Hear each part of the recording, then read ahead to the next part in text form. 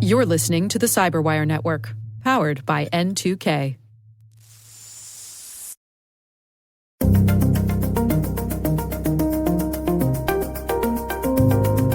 John Goodhue, Regional Vice President. Congratulations! Which prize are you hoping for? Hello, everyone, and welcome to a special edition of the Hacking Humans podcast. This is an occasional series we call Hacking Humans Goes to the Movies.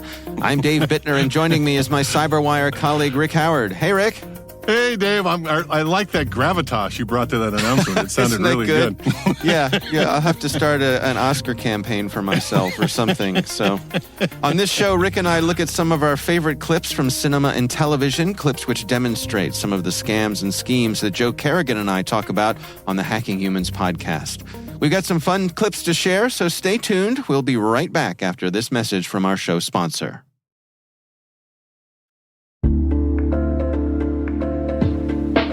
I got a special message for everyone who is in security or IT and also uses Okta.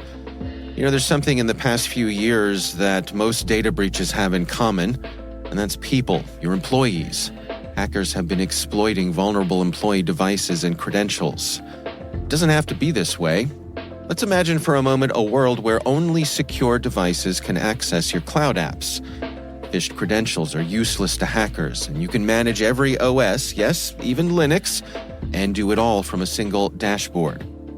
And best of all, you can get employees to fix their own device security issues without creating more work for IT.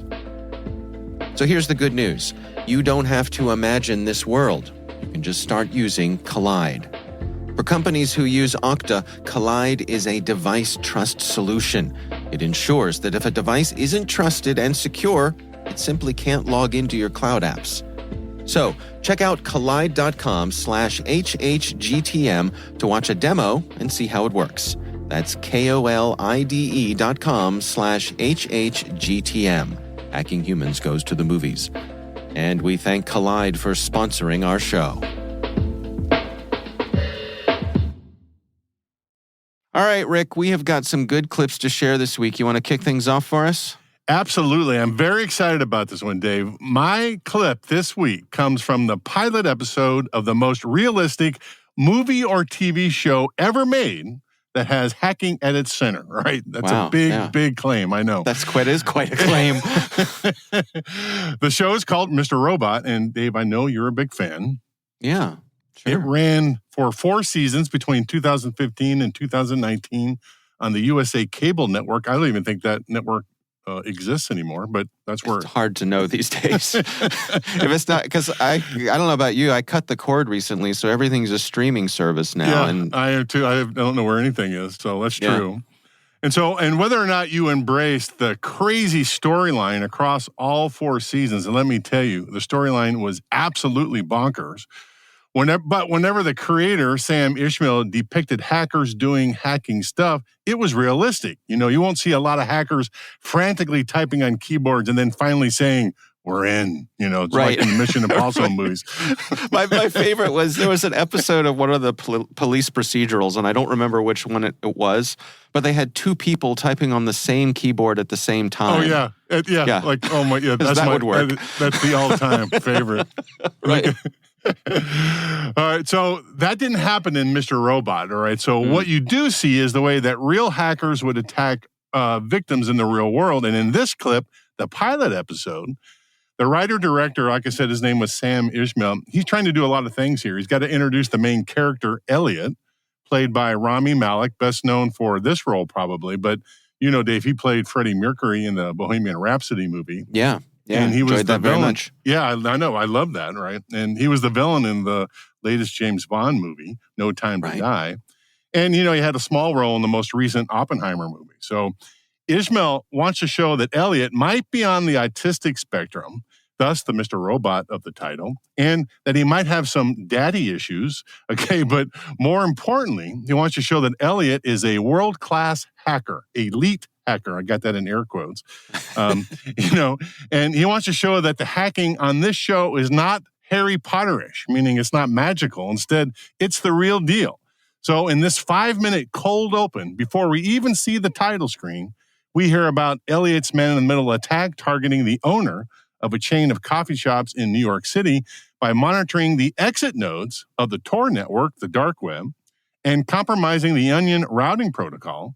We're going to touch on the old school hacker debate about the pronunciation. Is it rooting or is it routing? And we're going to, I know, right?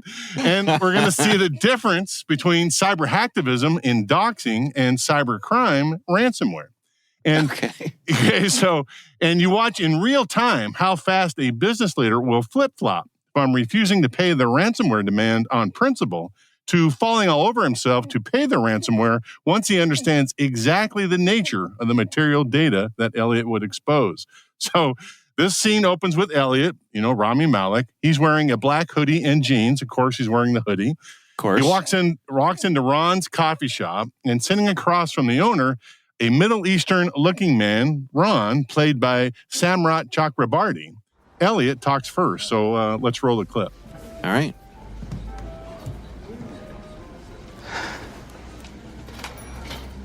You're Ron.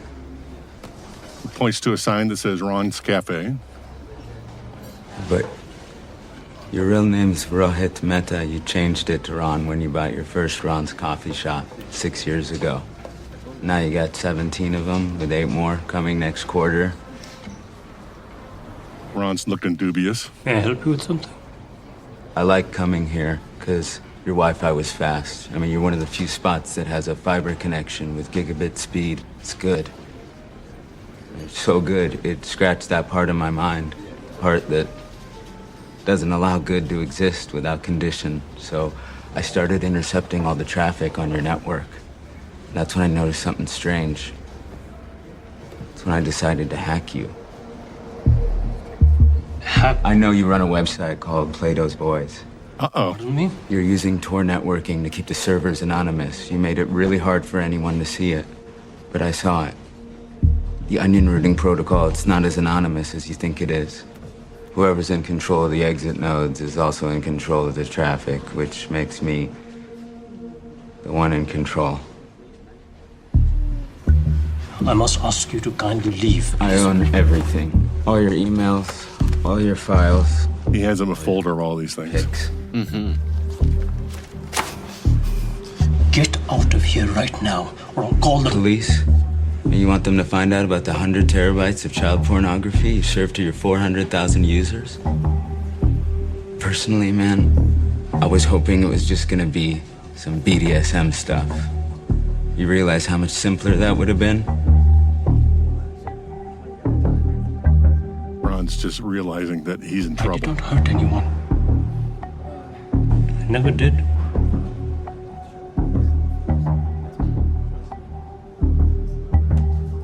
That's my personal life.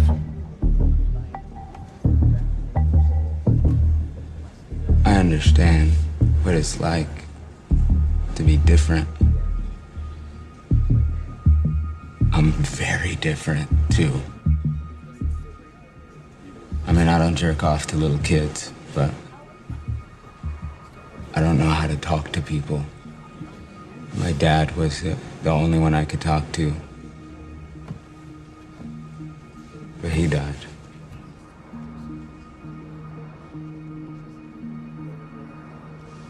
Sorry to hear that. How did he pass, may I ask? Leukemia. Yeah, I definitely got it from radiation at the company he worked at, though I couldn't prove it. Now he's dead. Company's fine, though.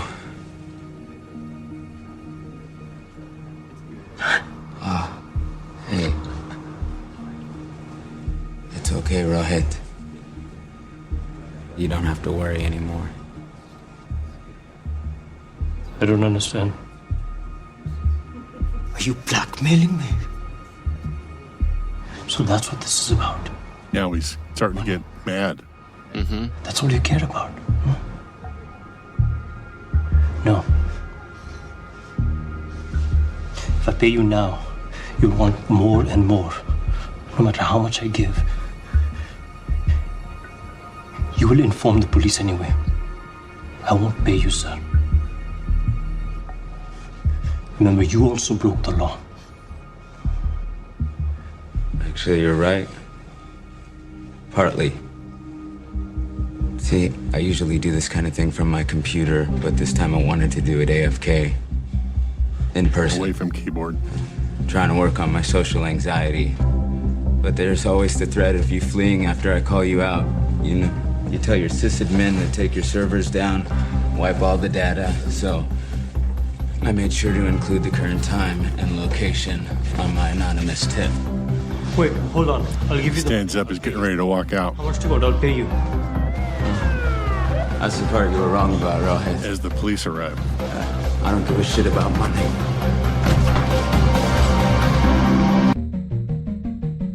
Not ransomware. Okay. Oh, man, that's brutal. It is brutal. What an excellent clip that is. It covers so much ground. Okay. You know, I've been a big fan of the show. And, you know, to have a writer-director set it all up like that is amazing. And he covered so many things. And well, let's go through it together. What are some of the things in particular that caught your eye? Well, I like the idea that he immediately starts talking about the Tor network, okay, that most people have heard, have never used, that this guy, Ron, has set it up to hide his child pornography website, and he thinks he's bulletproof. But he runs into Elliot, who has no problem being able to monitor the Tor network's exit nodes to find out what this guy is doing. And I just explained that like that was easy. That is not an easy thing for a hacker to do. Totally possible, and I'm sure that most nation states do it, but it just kind of elevates Elliot and his hacker elite status. So that's the part I like. Was there a favorite part for you? Well, I think the performance here is remarkable. You know, when he says that, I don't remember exactly how he phrased it, but how he says he's different as well. And you see this kind of wild look in his eyes. You know, as you say, I think throughout the series, it's, if not overtly, it's alluded to that he is somehow on the spectrum. Yeah. And that's evident from the get-go. You know, there's almost the way he approaches this is so cold and calculating. It's disturbing. No eye contact. Okay. And you know, and you find that out in the show, he has no social skills at all. Right. And so, but to introduce this character in that way, I didn't notice it the first time, but it totally hits home the second time you run through it. What do you suppose he was actually after here? Do you think he's just trying to take down a pedophile? Yeah, first it was very keen. All right, when he said it's that little thing that I know the world can't be good. You know, he came into the coffee shop, had gigabit speeds for his wireless access. He thought that was good, and he goes, you know what? That's too good to be true. I wonder what's really going on here. You know, driving the hacker to do something that keep digging until he finds something. And remember, he says, I was hoping it would be benign, like, just kind of mild porn. All right. But when he found out, when he found out that it was, child porn, okay, then, he decided to do something about it. So, yeah, I don't think he didn't have a hacktivist motivation going in, but the further he got and the more he found, he realized he needed to do something about it. Yeah. It sets the character up to have a certain amount of moral ambiguity as well. You know, he's doing this to this person, which he didn't have to do. He could have left things alone, but he felt obligated, I suppose, to, take down this pedophilia ring, whatever it may be. It kind of drives the whole series, right? Because he belongs to a hacktivist group who's trying to make the world better. They are against capitalism in general and against one specific company they refer to as Evil Corps. A stand-in for Microsoft, I think. Okay, and so the whole show is them how they try to take power away from them. So if I was a Dungeons and Dragons guy, I would say that Elliot is chaotic neutral, generally good, but has his own set of rules. Okay, and we'll try to make it happen in his favor. Yeah. No, it's fascinating. And as you say, so many things get packed into this little 5-minute clip. And I know. It's impressive how many, they get it all right? I mean, the tech side, The whole They had show consultants. is that. The whole show is that, okay?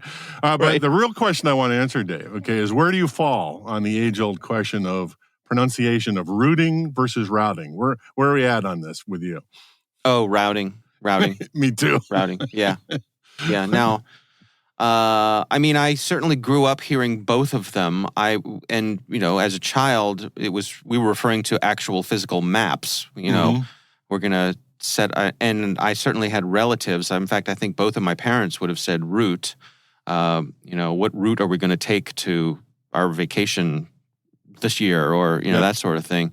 But no, I think the device is a router, so let's call it routing. Or a router. I mean, in the early days, in the 90s, there were people around me that called them routers, and I remember I was very confused because they said router, but I didn't understand what that meant.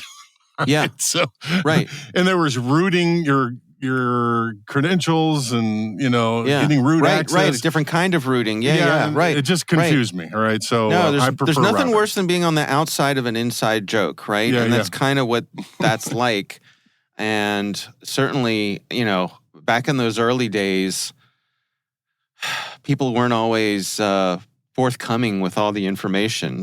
Like I don't know. There was something elite about leaving people out of the conversation. Oh, yeah. If I know more than you, for sure. To our detriment. Yeah, absolutely. Well, I will say I highly recommend the show. There is a number of blog sites that when it was out that outlined all the technical details that they use in the show, right? And most of the hacking tools were real tools or modified versions of real tools, right? And so if you're into all that kind of stuff, you should definitely check it out. It's well worth the listen to. All right. Well, my clip this week comes from the 2003 film Matchstick Men, which is directed by the great Ridley Scott. Yeah. We have highlighted this film before. In fact, Joe shared a clip from this that showed a lottery ticket scam. That was one of our early episodes of Hacking Humans Goes to the Movies. The film stars Nicolas Cage, Sam Rockwell, and Alison Lohman. Cage plays a character named Roy Waller, who's a con artist from Los Angeles. And he has a partner and protege named Frank Mercer, who's played by Sam Rockwell. And Roy, basically, he's a low-level con man. He does short cons. And as this movie starts out, he and Sam Rockwell they're selling overpriced water filtration systems to unsuspecting folks over the phone. And that's what this scene is all about that we're going to share here. We start out with Rockwell's character. He's on the phone. He's in the midst of scamming some of his marks with this water filtration scam, promising fabulous prizes. So let me play the clip. Well, congratulations! You're a guaranteed winner of one of 3 fabulous prizes. Have you ever won anything major before? No, never. Well, you have now. Oh my God! Yeah. Are you kidding? No, it's confirmed. Are you sure? Uh-huh. Okay, what did I win? Either the Chevy Blazer, the Paris... Do you have a water filtration system in your house?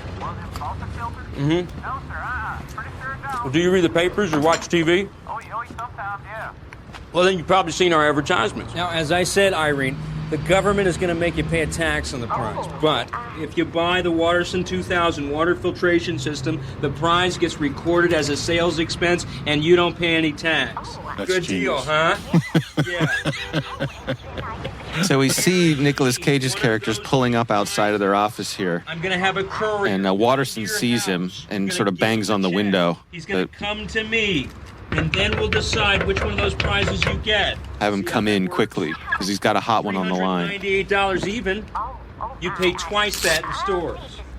We see that the water filter actually only costs $49.99. Stepped into my office, and he would love to talk to you. Can you hold just a sec? Thanks, Irene. Good morning. Who says so? Irene Fisk. She wants to talk to her husband first. Mrs. Fisk. John Goodhue, Regional Vice President. Congratulations. I love the way he just turns it on. Which prize are you hoping for? Well, that would be my choice, too. We've never been. My associate tells me you have 5 grandkids? Wow. Now, I understand that you'd like to speak to your husband first about this, and I can understand why. But the thing is, Irene, my secretary's having a baby this afternoon, and everyone here at the office is about to bug out and head over to the hospital. Well, that's wonderful. Now, let me confirm your Rockwell's in the address. back giving him the head nod like, that's a good one, boss. Right. Yeah. So, have you ever been? Has anyone come at you with this particular scam? The thing of, congratulations, you have won one of 3 fabulous prizes. Probably, but I have to admit, as I'm old and senile these days, I either can't remember that they have, or you get so accustomed to it now, you just shut them down before they get to the, the water filter part and the tax evasion part. So, yeah. How about you? Have you been attacked by one of these things? My recollection is getting postcards in the mail. And again, this is, 25 years ago when, I was just getting out of college, just getting started with my own place.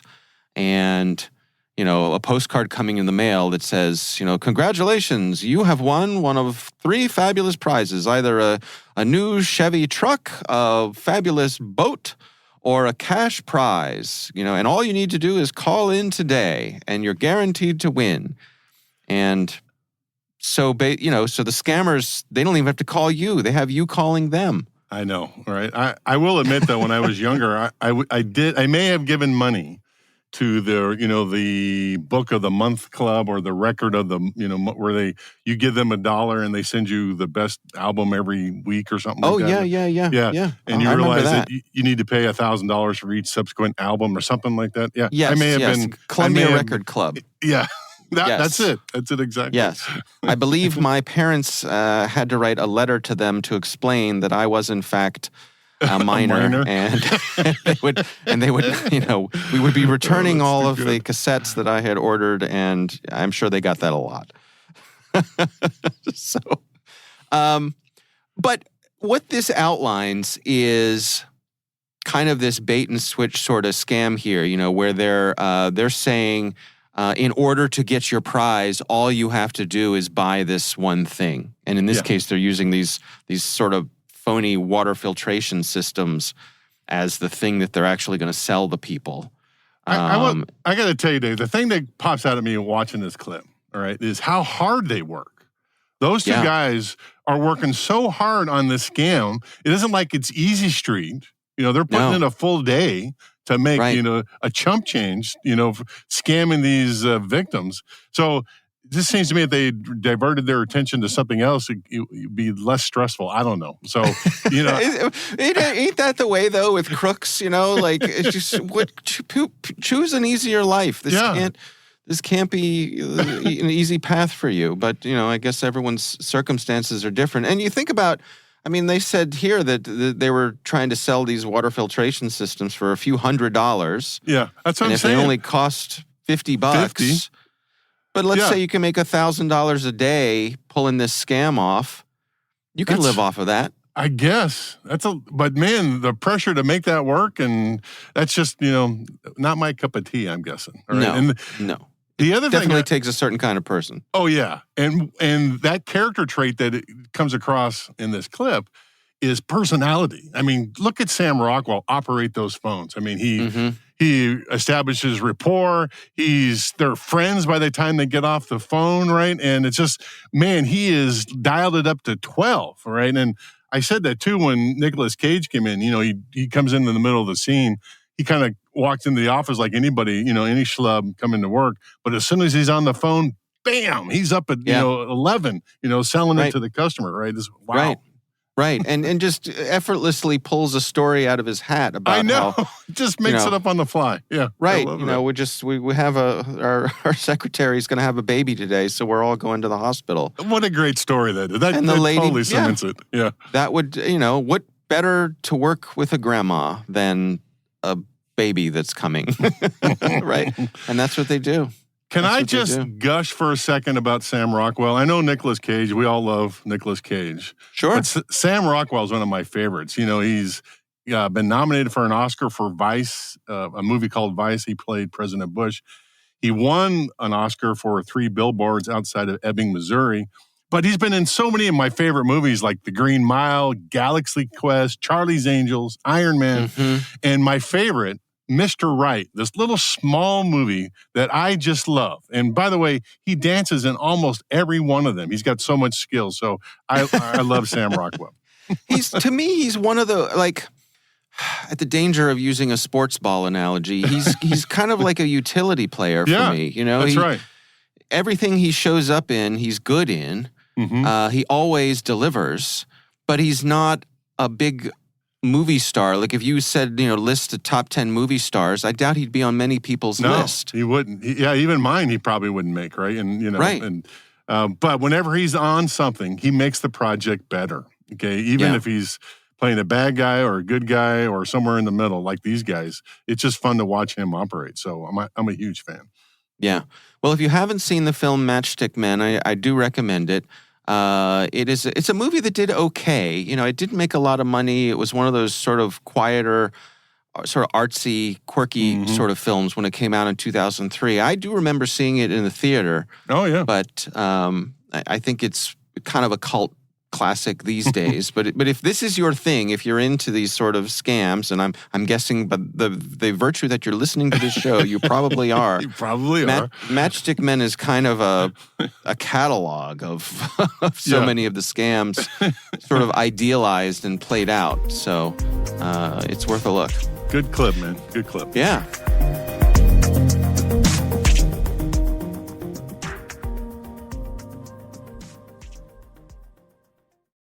Thanks to our sponsor, Collide.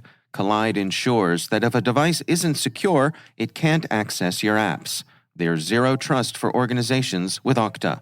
Learn more at kolide.com/HHGTM. All right, well, that is our show. I want to thank all of you for joining us. We would love to know what you think of this podcast. You can email us at hackinghumans@n2k.com. Your feedback helps us ensure we're delivering the information and insights that help keep you a step ahead in the rapidly changing world of cybersecurity. N2K Strategic Workforce Intelligence optimizes the value of your biggest investment, your people. We make you smarter about your team while making your team smarter. Learn more at n2k.com. Our senior producer is Jennifer Iben. This show is edited by Elliot Peltzman. Our executive editor is Peter Kilpie. I'm Dave Bittner. And I'm Rick Howard. Thanks for listening.